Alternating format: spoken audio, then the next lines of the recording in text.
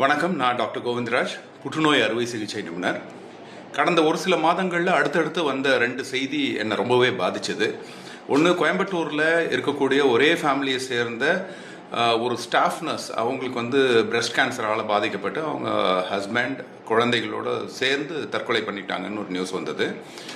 அதுக்கு அடுத்து இப்போ அண்மையில் சென்னையில் ஒரே ஃபேமிலி அதே மாதிரி அவங்களும் கேன்சரால் பாதிக்கப்பட்டதுனால அந்த ஃபேமிலியை சேர்ந்த கணவன், மனைவி, குழந்தை எல்லாருமே தற்கொலை செஞ்சுக்கிட்டாங்க அப்படின்னு கேள்விப்பட்டோம்.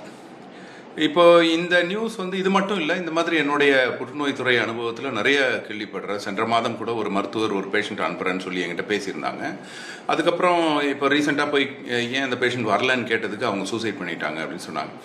என்னுடைய ரிலேட்டிவே ஒருத்தர் நாக்கில் புற்றுநோயால் பாதிக்கப்பட்டு அதுக்கப்புறம் அவர் சூசைட் பண்ணி இறந்துட்டார்.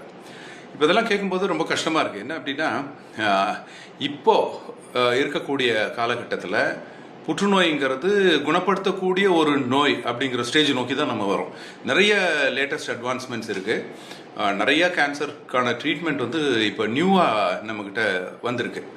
இப்போ அதுலேயும் டார்கெட் தெரப்பின்னு சொல்கிறோம். ரேடியேஷனில் நிறைய அட்வான்ஸ்மெண்ட்ஸ் இருக்குது.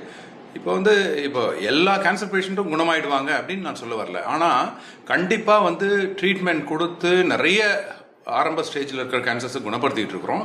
ரொம்ப முக்கிய ஸ்டேஜில் இருக்கக்கூடிய நோயாளிகளுக்கு கூட நம்ம அந்த கேன்சரை கட்டுப்பாட்டுக்குள்ளே கொண்டு அவங்களுடைய வாழ்நாளை அதிக ஆண்டுகள் வாழ வைத்து நல்லபடியாக அவங்களோட குவாலிட்டி ஆஃப் லைஃப்பும் நல்லா இருக்கிற மாதிரி நம்மளால் செய்ய முடியுது. எல்லா மக்களும் இதை கொஞ்சம் மனசில் வச்சுக்கணும். புற்றுநோய்னா உடனே இடிஞ்சு போயிட வேண்டாம். அதுக்கான ட்ரீட்மெண்ட் நிறையவே இருக்குது. ஒவ்வொரு ஸ்டேஜுக்கு ஏற்ற மாதிரியும் ஒவ்வொரு ட்ரீட்மெண்ட் இருக்குது. ஏன்னா இப்போல்லாம் கேன்சர்னா எல்லாரும் அவ்வளோதான் அப்படின்னு சொல்லிட முடியாது. ஏன்னா இப்போ நாங்கள் என்ன சொல்கிறோம் அப்படின்னா, பர்சனலைஸ்டு கேன்சர் ட்ரீட்மெண்ட்னு சொல்கிறோம். ஒவ்வொரு நோயாளிக்கும் அவருடைய கேன்சருக்கு ஏற்ற மாதிரி ட்ரீட்மெண்ட் கொடுக்குறோம். நம்ம முன்னாடி நினச்ச மாதிரி பொதுவாக ஐயோ கேன்சர்னா அவ்வளோதான் அப்படின்னே கிடையாது.